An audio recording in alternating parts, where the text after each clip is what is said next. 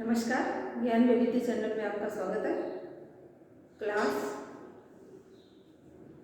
8th के लिए 8th chapter a short monsoon diary. इसके पहले पार्ट में जैसे इस डायरी के बारे में बताया, जो फेमस डायरी है the diary of Anne Frank, जिसके राइटर है रस्किन बॉन्ड। उन्होंने अपनी पर्सनल डायरी में जो कुछ भी लिखा अपने एक्सपीरियंस के बारे में, कि कैसे वो मसूरी में थे और मानसून आने वाला था, फिर मानसून आया और फिर विंटर आया, और जैसे जैसे उन्होंने वो एक्सपीरियंस उनका जो था और उन्होंने अपने डायरी में जो भी नोट किया, तो उस डायरी के बारे में इस चैप्टर में पूरा दिया हुआ है। तो राइटर कहते हैं कि उन्होंने जैसे 24 जून के बारे में बताया कि कैसे धुंध थी, पहला जो मानसून आया उसमें कैसे धुंध थी और कैसे वो सारा वो पूरे प्रकृति का नज़ारा उसके बारे में वर्णन करते हैं। फिर जून 25 का, जून 27, और इस तरह वो पूरे जैसे प्रकृति के बारे में, धुंध के बारे में, फिर पेड़ पौधों के और पशुओं के जो मानसून के साथ आते हैं, लेपर्ड्स और लीचीज, उनके बारे में वो सारे वो पूरा वर्णन करते हैं। तो ऐसे ही फर्स्ट पार्ट में इतना हुआ, और उसके बाद में जैसे सेकंड पार्ट में 2 अगस्त के बारे में हम पढ़ेंगे। 2 अगस्त को क्या उन्होंने लिखा था? All nights the rain has been drumming on the corrugated tin roof. Corrugated tin roof. There has been no storm, no thunder, just a steady swish of a tropical downpour. It helped me to lie awake. At the same time, it doesn't keep me from sleeping. उन्होंने जैसे बताया कि है ना, 2 अगस्त की रात को पूरी रात आवाज़ के साथ बरसात होती है।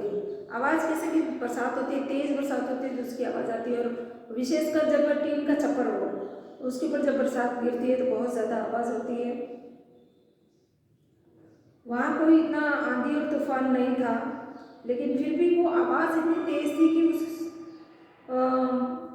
वो ना तो जाग रहे थे ना सो रहे थे। राइटर का कहना है कि ना वो जाग रहे थे और ना ही सो रहे थे, इस ढंग से बरसात की ऐसी आवाज़ आ रही थी। It is a good sound to ready by the rain outside, the quiet within and all the tin roof are given to springing uncountable leak. There is a feeling of being untouched by and yet in touch with the rain. और जैसे कि tin का shade था उनका, तो उनमें कुछ बारीक बारीक होल थे, उनमें से बरसात की बूंद ऐसे आ रही थी ना, तो उनको पूरा टच कर रही थी, और उन्हें ऐसा फील तो हो रहा था कि बूंद उसकी जो ड्रॉप्स है वो टच कर रही है, लेकिन पूरा उनके ऊपर गिर भी नहीं रही थी। ऐसे लग रहा था जैसे कोई फुहार सी उसको लग रही है उनको, और ऐसे लग रहा था जैसे कोई पाइप होता है वो लीक हो रहा है। स्प्रिंगिंग अनटचेबल, जैसे फुहार जैसी होती है ना, वैसे। August 3, the rain stops, the clouds begin a breakup, the sun strike on the hill on my left, a women is chopping sticks. I hear the tinkle of cowbells in the oak tree across shacks, raindrops from the feathers and cows discounts constantly. Water drips from a leaking drain pipe, and suddenly clean appear a song of the whistling thrush. Images like a dark sweet secret from the depth of the ravine. और जब 3 अगस्त को जब बरसात रुक गई, बादल breakup मतलब बादल छटने लग गए, और वो पहाड़ के पीछे से जैसे सूर्य दिखने लग गया था। और वहाँ पे औरतें, जो औरत थी वो लकड़ी काटने की, जिसको आवाज़ आ रही थी, लकड़ियाँ काट रही थी। और मुझे ऐसे आवाज़, वो बात की बात बताते जब बरसात रुक गई। राइटर कहते हैं कि जब बरसात रुक गई तो ऐसे लगा जैसे बादल छट रहे हैं। वो जो औरत है वो लकड़ियाँ काट रही है, स्टिक चॉपिंग मतलब लकड़ियाँ काट रही है। और मुझे वो आवाज़ सुनाई दे रही थी जो काउ बेल्स, जो उसके गले में जो बंधी हुई रहती है, घुंघरू गाय के गले में, उसकी आवाज़ आ रही थी। और ऑक ट्री के ऊपर कौवा जो है जैसे ऐसे लग रहा था जैसे पानी की बूंदों को अपने पंखों से झाड़ रहा है। और ऐसे लग रहा था जैसे पानी वाटर लीक कर रहा है, उसमें वाटर पाइप से लीक कर रहा है। और एकदम से ऐसे लगा जैसे अचानक जैसे सब कुछ क्लीन एंड प्योर हो गया था। और जैसे गाने की जैसे आवाज़ आ रही थी।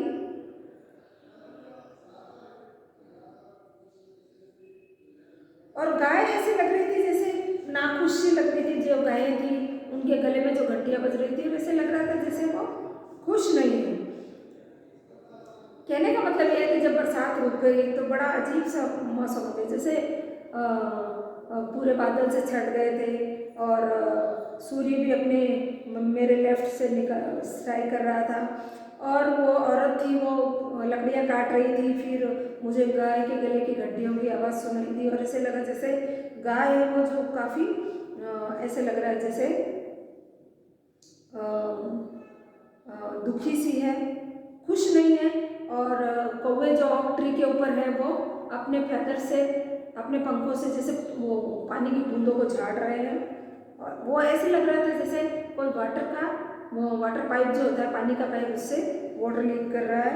और अचानक ही मुझे सब कुछ क्लीन एंड प्योर लगने लगा। और घाटियों में सभी कुछ ऐसे लगने लगा जैसे कुछ सामान्य सा हो रहा है, कुछ आवाज़ जैसी आ रही थी। August 12, endless rain and the permanent mist. We haven't seen the sun for 8 or 9 days. Everything damp and the soggy.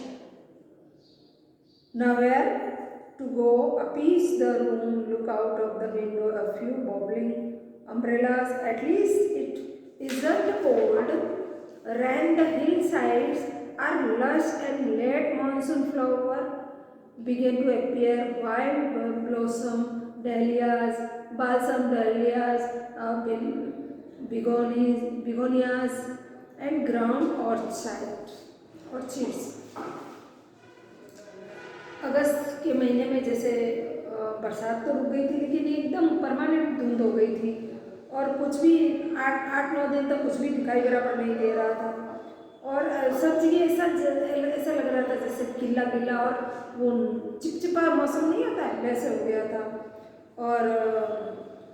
और सब जगह शांति पसरी हुई थी, कोई कहीं जा नहीं रहा था। और ऐसे लगे बाहर सारे छतरी के अंदर जो भी जा रहे थे वो सारे छतरी के अंदर जा रहे थे, छाते के अंदर जा रहे थे। हालांकि कोई ठंड नहीं थी। और हिल साइड में जैसे और बरसात की वजह से काफ़ी फूल खिल गए थे, जिसमें कई फूलों के नाम लिए, wild balsam, dahlias, begonias and ground orchids. ये सारे फूलों के नाम हैं, वो खिल चुके थे। अब अगस्त 31 को बताते हैं। It is the last day of August and the lush monsoon growth has reached its peak. The seeds of the cobra lily are turning red. अब जो वो लास्ट अगस्त का जो लास्ट दिन था, उसमें वो जो फसल थी वो काफ़ी वो ग्रोथ में थी। और खूब सारी फसल हो गई, पीक मतलब शिखर पर थी अपनी फसल। और जो कोबरा लिली के जो सीड्स थे वो रेड हो चुके थे। इसका मतलब वो अभी वो कर रहे थे कि भाई अब बरसात जाने वाली है। वो एक सिंबल होता है, जब रेड लिली कोबरा के जो सीड्स रेड हो जाते हैं तो वो ये इशारा करते हैं कि भाई अब बरसात जाने वाली है। In a few days the friends will start turning yellow but right now they are still fried. Green and upright ground orchid, a mauve lady's slipper in the white butterfly orchid, but put on a fashion display on the grassy slopes on the Lindor. और कुछ ही दिनों में जो वो जो French के जो फूल थे वो येलो होने लग गए, लेकिन अभी भी वो फ्रेंच ही थे। और ग्रीन और अपराइट ग्राउंड ऑर्चिड जो थे और वाइट बटरफ्लाई ऑर्चिड, तो वो कैसे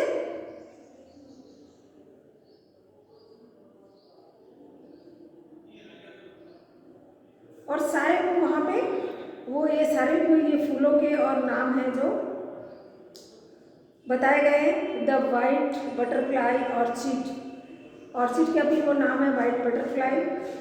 और the fashion display on grassy slopes on the land, wild dahlias, red yellow magenta और rear their heads from the rocky crevices where they have a taken hold.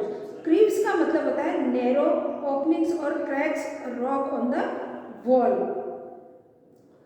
तो ये सारे फूलों के नाम थे जो उस वक़्त एकदम खिले हुए थे। Snacks and rodents floated on their halls and bureaus, take shelter in roofs, attics in the godowns. A shrew, a week of eyesight, blunders about the rooms and much to the amusement of the children. और जो चूहे और सांप थे वो अपने bill से बाहर आ गए थे, क्योंकि मौसम थोड़ा साफ होने लग गया था। तो जितने भी वो जो क्रिएचर्स थे वो हॉल से अपने हॉल से बाहर आने लगे। और उसी टाइम वो जो श्रू होती है, वो जो छछूंदर जो होता है, चुचुंदर जिसको बोलते हैं, जिसकी लंबी सी चोंच होती है और उसकी बॉडी भी थोड़ी लंबी होती है, तो वह भी थी। बच्चों के लिए वो एक तरह का एक मनोरंजन का साधन बन गई थी। उस वक्त वो भी दिखने लगी थी, वो भी दिल से बाहर आ गई थी। Don't kill it, admonishes their grandmother, chuchundars are lucky, they bring money. तो दादी माँ ने कहा कि अरे इसको परेशान मत करो, चुचुंदर होता है वो बड़ा लकी होता है और ये हमारे घर में पैसा लाता है। तो जैसे कि चूहे और सांप सब अपने बिल से आ गए थे और सारे जीव जंतु जो बाहर दिख रहे थे, और चुचुंदर की जो आई साइट होती है बड़ी वीक होती है, पर वो चू चू चू चू करती वो पूरे घर में फिरती रहती है। तो दादी माँ ने कहा अरे इसको परेशान मत करो, ये हमारे लिए बहुत लकी होती है और पैसा लाती है, और इसको मारना भी मत। The sure enough I receive a cheque in the mahal, not a very large one but welcome on the same. और ये मुझे भी ऐसा लगा कि यहाँ कुछ थोड़ा बहुत सही था, क्योंकि मुझे भी उन दिनों में एक चेक मिला था, हालांकि वो बड़ा नहीं था पर मुझे भी कुछ मिला था, मतलब पैसे का आगमन हुआ था। इसका मतलब चुचुंदर वो दादी माँ कहती थी वो एक तरह से लकी है। अब अक्टूबर 3 के बारे में बताते हैं। We have gone straight from monsoon into a winter rain, a snow at higher altitudes. अब जब अक्टूबर 3 आ गया तो ऑब्वियसली ठंड का मौसम हो गया, और पहाड़ों पे तो आपको पता है कि ये मौसम जल्दी से हल्की हल्की बर्फ की फुहार लाने लग जाता है। After an evening hailstorm, the sky and hills are shafted with a beautiful golden light. और शाम के टाइम वो जो बर्फ गिरी हुई बर्फ के ऊपर जब सूर्य की किरण करती है तो बड़ा सुनहरा सा वहाँ पे एक चादर सी बिछी जाती है। ऐसा उन्होंने वहाँ की जो वातावरण है उसका वर्णन किया। अब जनवरी 26 के बारे में बताते हैं। Winter rains in the hills, ठंड में भी हमें बरसात तो होती है, तो वो बरसात जो है पहाड़ों के ऊपर होने लगी, हो रही थी। उनका कहना था कि पहाड़ों पे बरसात हो रही है। Winter rains in the hills, पहाड़ों पे जो बरसात होती है। In the house silence of the house when I am quite alone and my friend was here. और मैं एकदम अकेला हो गया था जब वो बरसात हो, सर्दियों की बरसात में, और मेरा जो फ्रेंड था वो भी वहाँ पे नहीं था। Has gone, it is very lonely, very quiet as I sit in a liquid silence, a silence within. और ऐसा लग रहा था जैसा पूरी तरह शांति फैली हुई है। लिक्विड शांति मतलब एकदम शांति पसरी हुई है, क्योंकि मेरा उस वक्त कोई फ्रेंड भी नहीं था, वो भी बाहर चला गया था और पहाड़ों पर बरसात हो रही थी। Surrounded by the rhythm of rain, a study drift, चारों तरफ बरसात की एक रिदम मतलब एक संगीत सा फैल रहा था। A water on leaves, on lemons, on rose, drumming on drenched dahlias and window panes. वो जो बरसात की जो पानी है वो आवाज़ें करता हुआ किस पर गिर रहा था? पत्तियों पर, नींबुओं पर, छतों पर गिरने से वहाँ पे उस पर आवाज़ आती है। और दहलियाज मतलब सभी जगह बता रहे कि कहाँ कहाँ वो पानी गिर रहा था, घरों पे, विंडो पर, दहलीज पर, और वो पेड़ों की पत्तियों पर और छतों पर और नींबुओं पे कैसे कैसे गिरा, और उसकी आवाज़ आ रही थी।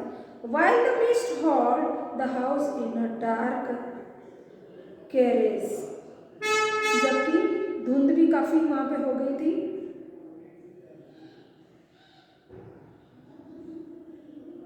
As I passed near a window, the rain stopped and started again. और मैं जैसे ही वहाँ पे विंडो के पास जाता था तो कभी बरसात होती थी, कभी बरसात वापस होने लग जाती थी। And the trees no longer green but grey means with their loneliness. और पहाड़ों पे अब जो पत्ते थे वो हरे नहीं थे और वो ग्रे कलर के हो गए थे बिल्कुल, और बिल्कुल मेरे साथ उन्हें ऐसा लग रहा था जैसे वो भी अकेले हो गए। March 23, late March, end of winter. अब March 23 ऑब्वियसली विंटर का एंड हो जाता है। The blackest cloud I have ever seen scattered over a Missouri, and then it held marble for the half an hour. Nothing like the hailstorms clear the sky, even as I see a rainbow forming. और जो काले बादल थे जो हमें हमेशा देखता था मसूरी में, और अब वो उनमें से धीरे धीरे जो मार्बल्स मतलब हल्की जो बर्फ की जो फुहार होती है वो गिरती है, जैसे स्नो गिरती है वैसे सफ़ेद मार्बल के रूप में गिरी। अब वहाँ पे कोई हिल स्टॉर्म नहीं था, एकदम आसमान क्लियर था। और जैसा कि मैंने लिखा कि उस वक्त मैंने क्या देखा, जब बरसात रुक गई और धुंध भी छट गई और जब वो बर्फ़ की जो फुहार मार्बल के रूप में गिरी, और जब मौसम साफ हुआ तो मैंने देखा कि आसमान में एक रेनबो, एक इंद्रधनुष मुझे दिखाई दिया, और वहाँ पे इंद्रधनुष दिखाई दे रहा था। इस तरह ये लेसन चैप्टर पूरा कंप्लीट होता है। So thank you.